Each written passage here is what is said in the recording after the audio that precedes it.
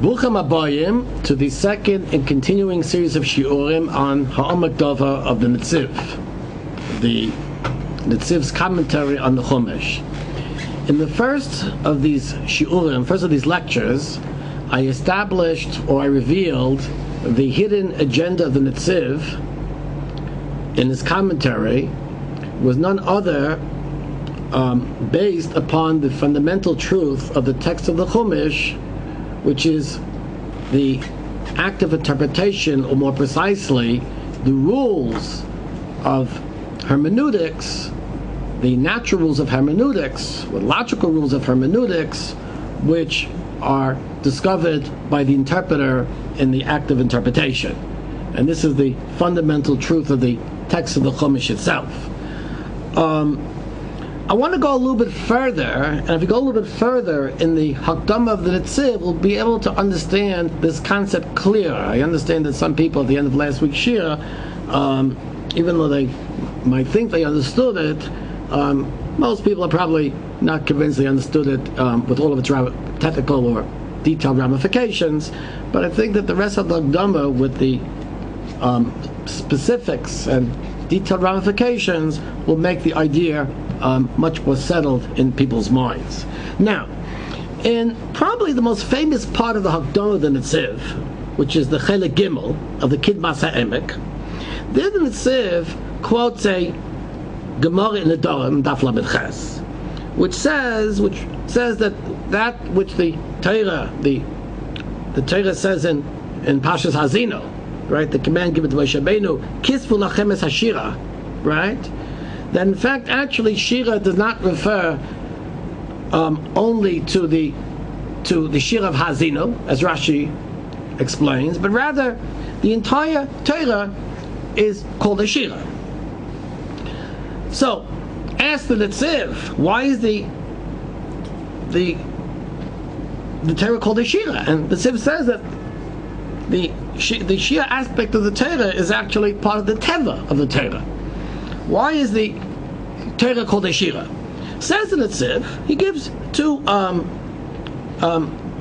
distinctions between shira, which is we call poetry, and between things which are ostensibly not shira, we'll call them prose.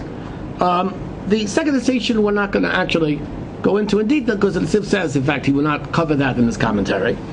But the first distinction says the Netziv, and I'm quoting from the Netziv, the b'shir eina inyan b'vur yofeh, k'moi b'sipur prozi. In other words, says the Netziv, in a poem, in a shira, meaning is not clear. It's not explained clearly. It's not evident, right? In contradistinction to prose. And says the Netziv, v'tzorach la'asos ha'aretz min hatzad.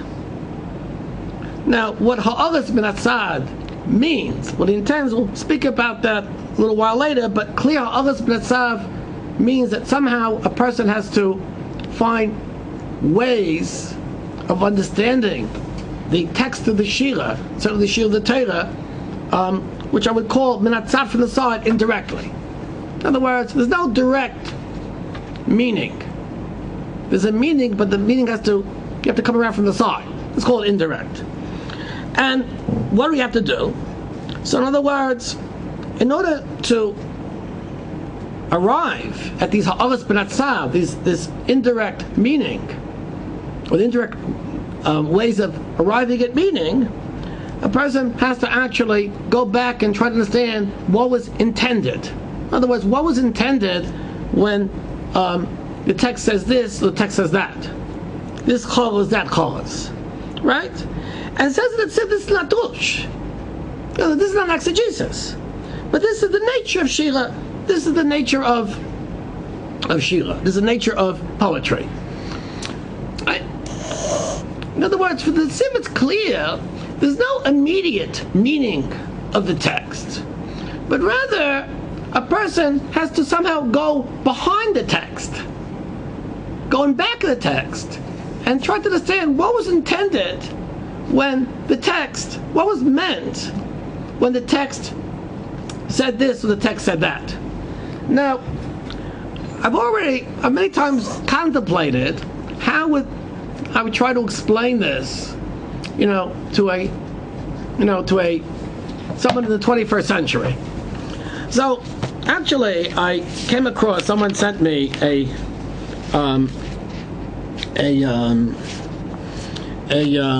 copy of a book by a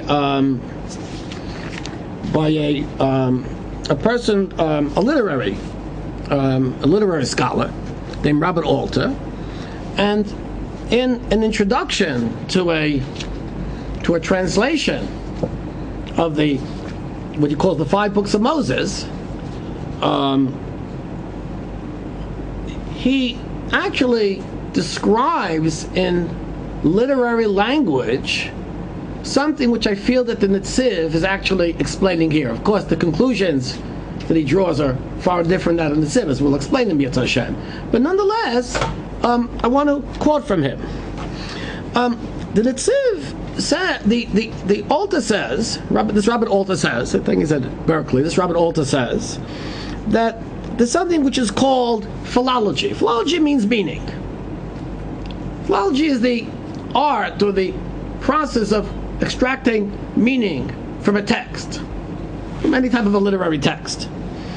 So Alter says, and I'm reading from the introduction in Roman numerals 8, page Roman numeral 8. For the philologist, the great goal is the achievement of clarity. It is scarce and necessary to say that in all sorts of important but also delimited ways, clarity is dispensable in a translator's wrestling with the original text. Okay? However, he says, but philological clarity in literary text can quickly turn into too much of a good thing. Of course, he's speaking about translations.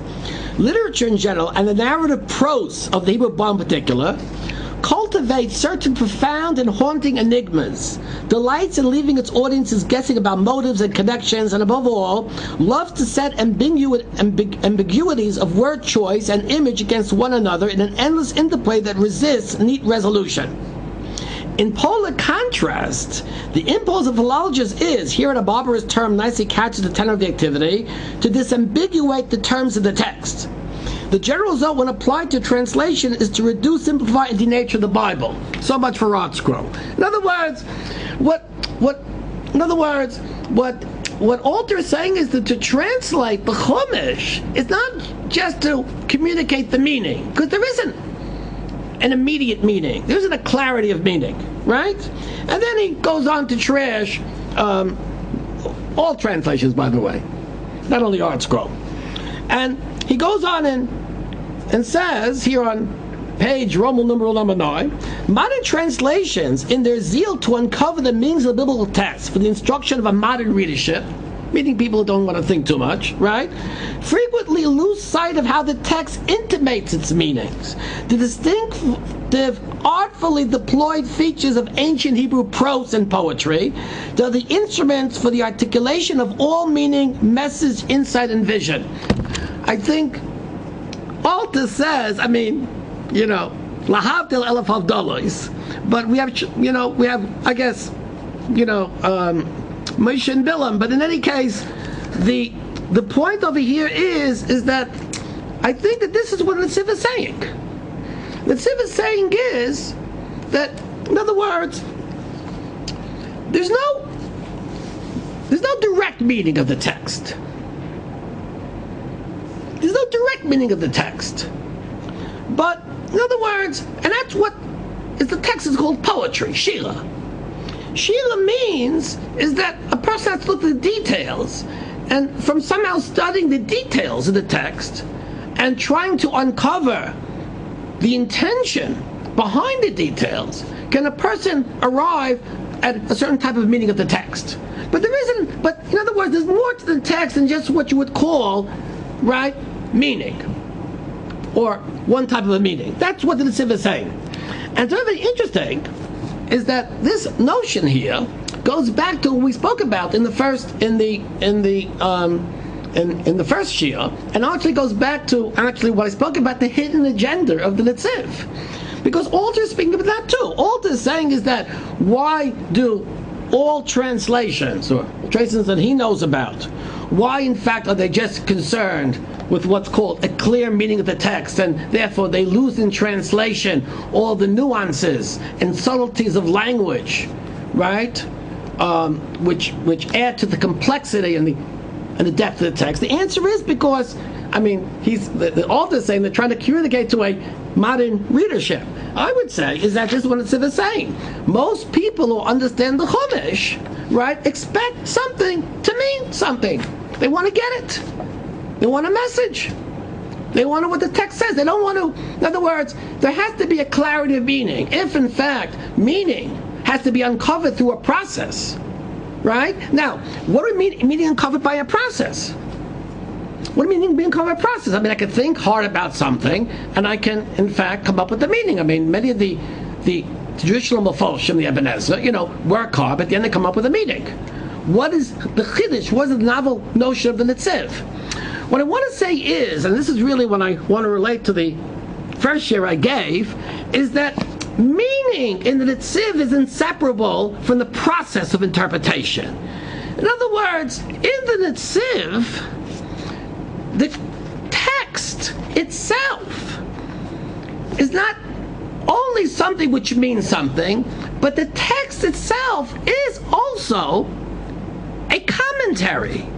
In other words, what the Netziv wants to say is, I think this is really what poetry is, when the Netziv speaks about the kavanah, the intention behind every chorus, every line, right? What the Netziv means is, the text is coming to interpret the intention of Kivyochol, the author. In other words, the text is not something with a specific meaning. The text is also, in a certain sense, a commentary on an idea. Right? So what? So in other words, when a person looks for meaning in prose, there aren't two levels. There's just the person speaking to me through the medium of the text. The shira of the Torah is that the text itself is a commentary. And because of this, it's only by understanding how the text is commenting upon the idea, how the text is expressing the idea, can I arrive at meaning. So there isn't a direct meaning of the text. There's only an understanding of the commentary on the text on something else. Of course, we can speak about, the Torah, which is Levan al Shchoira, etc., etc. But I think we have this Yesod of the Netziv. Most people who delineated boundary at Har Sinai was a little bit further back are looking for a clarity of meaning. And in fact, actually, that's something that you get through translation. However, the true meaning, the true understanding of Shira can only come with understanding that the text itself is in fact a commentary. And therefore it's the process of commentary which evokes meaning. Now, when we get to this, we have something very, very interesting. Alter, in his introduction, is coming to tell us why this makes translations very, very difficult. Because a person, when he thinks translation means conveying a meaning, loses the text. Now, Alter feels, I guess, that his translation is the better of all translations. I personally disagree, with all due respect. But I think here the Netziv is going to go on and explain that in fact, actually, why was the Torah translated? We know that there was a tzivui, the Torah of a Kodesh Baruch Hu, of Moshe Rabbeinu to Yeshua, to translate the Torah b'shivim lashon, because in fact the Torah Sheb'al Peh was only given to the Jewish people, the Klal Yisrael. Translation of the Torah is an abandonment of the shira nature of the text, and it's concerned only with what's called philology, with meaning. And therefore the goyim, the relationship of the Gentile, the goy, to the Torah Sheb'al is in fact one of philology, one of meaning, and therefore can be done in translation l'chadchila. It's interesting that the Masechah Sofrim says that the day that they translated the Torah into Yavanis was kosher hayom k'chet ha'egel, right? And why kosher k'chet ha'egel? Because just like the Beis Halevi explains that the original Torah which revealed, the Torah Shel Peh was part of the Torah Sheb'Chsav. That means interpretation and text were one and the same. When a person translates something into another language, into Greek, into Yavanis, then in fact actually the person loses this oral, interpretive aspect of the text itself. He's left only with a one-dimensional text which is meaning. And in fact actually that's why it was Kol Shalom K'Chay Ta'egel. Right? The fact that the Gemara in Tessin Megillah explains about the Shuv and Zekanim got together and translated Torah into Yavonis, and Pesach Seifrim says there was two mice, and there was Shuv mice, Pesach Seifrim says, and it just comes to tell you that, for most people, it's enough to get meaning. And that's what the Netziv is speaking about, the people who stood at Har Sinai, commensurable with their level of understanding. But nonetheless, the true interpretation and understanding of the Torah has to take into account that the Torah itself is a commentary. The Torah itself is an act of commentary and hermeneutics. Now, what's interesting is the Netziv goes along and speaks about that in order to understand, let's say, for example, any type of a literary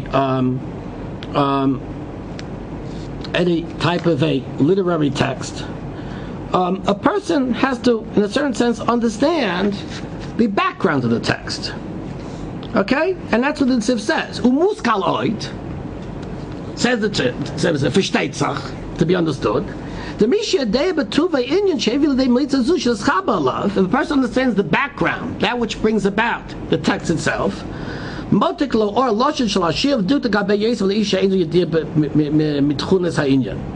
words, certainly understanding the background of the text helps a person to understand, right, the text when the text is a shira. Now, goes on the Netziv and says something else too. Umuskal oit, and Siv says versteht sich. She'ein adam yochel lamed al dik d'var Hashem im lo shebachav le'ezed d'var halach or musa god abba b'kabos divrei Chazal. A person can never really come to truth in understanding the Torah unless a person, right, is bachaven, right, comes to a conclusion of some halacha or Kabbalah or Musa in divrei Chazal. I mean, what does Chazal have to do with anything here? I want to claim, and the Netziv is not saying here that, a person can only learn Chumash al pi Chazal in the simplistic understanding of that. What the Netziv is coming to say here, if we actually, the two sentences actually appear one after the other, and it says versteht sich, to be understood. What the Netziv is saying here, my opinion is that Chazal have created or constitute what you would call the Zitzenleben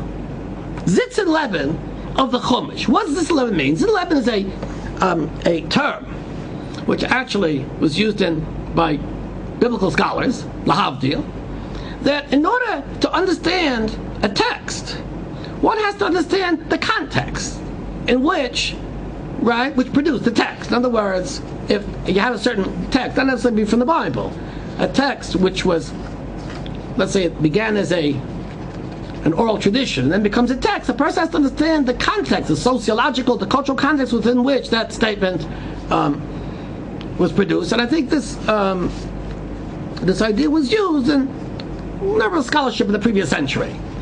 What the Netziv is coming to tell us is that the Zitzenleben of the Chumash is none other than Chazal. In other words, it's not Chazal's interpretation, but Chazal present the context within which the Chumash has to be understood.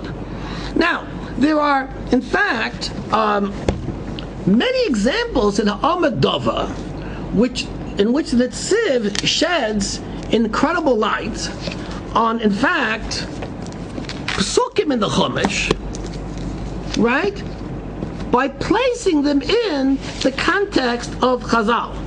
And one place where he speaks about this, I think maybe we'll elaborate upon this in Mitzvah Shem in the next Shia, is in Pashas Chukas in Bamidbar. And there the Torah speaks about Moshe Rabbeinu Dakos HaSela, Moshe Rabbeinu hitting the cellar, hitting the rock. And the question is, right, this is one of the most difficult events to understand in the Chumash. What exactly was the Chet? The Netziv, interestingly enough, has a very, very beautiful understanding of the Chet, and the Netziv uses, in his understanding of the Chet, what he calls Minhag Yisrael, the custom of the Jewish people, as they were noyeg, as they conducted themselves, doing what's called a tainus. And the Netziv based himself on a series of mishnayos in Maseches Tainus. This is the Netziv in Bamidbar, Perachaf, Pasuk Ches. I'm not going to go into this in detail, but interesting enough is that within the context of the way Chazal tell us that one conducts, that people are supposed to conduct themselves in a tainus of Atzeros Geshamim when there's no rain, that context the Netziv uses to establish exactly what the Chet of Moshe Rabbeinu was. Now, what's interesting enough is that if you look at the Mishnayos in Maseches Tainus, in Perek Beis, you'll see that the Mishnayos are very interesting enough that they're not telling me didim. They're saying, they begin with Ketzan in Perek Beis. How are people noyeg during the time of a tainus? Meaning that the Mishnayos are not coming to reveal to me necessarily a halacha, but coming to communicate to me a tradition of hanhaga during a tainus. The Netziv, with his tremendous insight into Chazal and their Lashon, understood that if in fact Mishnayos are coming to communicate how people know in tainus, this must have been what? A very old tradition. In fact, not only was it an old tradition, l'chaya, this is a tradition that one can place at the very basis of the Teresh Peh, deadly the Chumash. Therefore, in Parshas Chukas, when the people are thirsty, they're dying from thirst. So the Netziv understood that given the Zitz and Leben of Chazal, as they expressed through the Hanhaga in Tainus, as expressed in the Mishnayos, the Netziv understood that this was the key to understanding the Zitz and Leben of the Psukim of the Chumash, and by doing this, the Netziv is actually able to elucidate a very beautiful understanding of the Chet of Moshe Rabbeinu, which Yitzhak Hashem will speak about. I don't know if we'll get there, but you should look yourself and see this beautiful understanding of the Chet of Moshe Rabbeinu. In any case, this is what the Netziv is coming to tell us. The Netziv is coming to tell us clearly here that the context of understanding the Chumash is the context of Chazal. In this way, the Netziv establishes is that the only tradition, the only parameters in which one could truly understand the Zitz and Leben, which in turn elucidate and illuminate the intention behind the text of the Torah, is not only that of Chazal. So, in other words, what the Netziv establishes is that Chazal is in fact the Torah Shebechsav. One cannot understand the Torah Shebechsav, right, independent of Chazal. It has nothing to do with rabbinical authority. It has to do with the very nature of the text itself. So, for the Netziv, when the Netziv says a person can never be oimed on the pshat, on the dict of Devar Hashem, unless he's bechaven to a Devar Halacha or Kabbalah Musaf Chazal, he means it literally. The context of the Chumash is the context of Chazal. And by so doing, a person can understand the Torah clearly as a shira, where the text itself is an interpretation of a setting of events in relation to Kodesh Baruch Hu to Klal Yisrael. Okay, I think we're going to stop over here because I think the battery is coming to an end. And in Mir Hashem, we will continue next week from an undisclosed place in Yerushalayim HaKodesh. Have a nice week and be well.